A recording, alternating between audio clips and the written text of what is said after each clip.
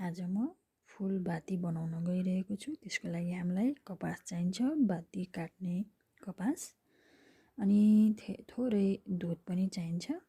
दुधले चाहिँ हामीलाई यसरी बटार्न एकदम सजिलो हुन्छ। यसरी हल्का कस्तो साइज चाहिने हो त्यो अनुसारको हामी यसरी फिजाउँछौँ कपासलाई। अनि त्यसमा थोरै हामी कपासलाई डल्लो पारेर यसरी राख्छौँ र हल्का हातलाई दुधले भिजाउँदै यसरी हामी सोर्दै यसरी गर्नेछौँ।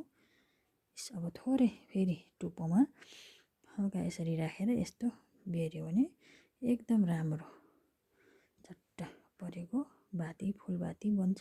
हेर्नुहोस् त कस्तो राम्रो भयो। हेर्नुहोस् यसरी टक्क राख्नलाई यसरी हामी गर्नेछौँ। फेरि एकचोटि म तपाईहरुलाई बनाएर देखाउने छु। यसरी थोरै कपासलाई डल्लो पार्नेछौँ अनि यसरी बीचमा राखेर पोको पार्नेछौँ र यसलाई हामी थोरै दुधमा चुपेर हातलाई यसरी सोर्दै यसरी टुप्पो बनाउने छौँ। अब यो टुप्पोमा हामी थोरै कपास यसरी फेरि अर्को लगाउने छौँ। यसले हाम्रो बाती एकदम राम्रो हुन्छ। हेर्नुहोस् त कस्तो राम्रो भयो कि भएन। बाती बाल्न पनि एकदम राम्रो।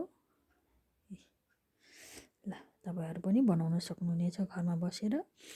कपासको बाती आफूले बनाएको एकदम आनन्दले बाल्नलाई आनन्द पनि हुन्छ हैन। बजारको भन्दा आफै ल्यायो धेरै पनि हुन्छ। आफैले बनाउँदाखेरि यसरी कपासलाई डल्लो पार्छौँ हामी अनि बीचमा यसरी राख्नेछौँ अनि यसलाई पोको पारेको जस्तो गरेर, जस्तो हैन पोकै पार्ने हो यसरी।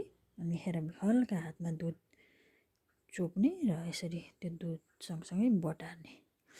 यो टुप्पोलाई अलि राम्रोसँग देखाउनको लागि हामी फेरि अर्को कपास लिन्छौँ र यसरी बटार्दिनेछौँ। आफूलाई कत्रो साइजको चाहिन्छ त्यही अनुसारको बनाउँछौँ। हेर्नुहोस् त कति राम्रो भयो। यो सुकेपछि एकदम राम्रो हुन्छ। दुधले गर्दाखेरि चाहिँ खरानीहरूले गर्दा चाहिँ हात फुट्ने पनि धेरै सम्भावना हुन्छ।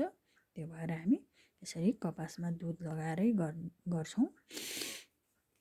हेर्नुहोस् फेरि एउटा म बनाएर देखाउँछु तपाईहरुलाई। यसरी राख्ने पोको पारेर र पोको पार्ने, थोरै दुध हातमा लिने, यसरी सोर्दै बटार्दिने। हेर्नुहोस् त अब थोरै फेरि हामी यो टुप्पोमा यसरी बटार्छौँ। यसले हाम्रो टुप्पो एकदम राम्रो देखिन्छ। हेर्नुहोस् त हेरेको हेरे।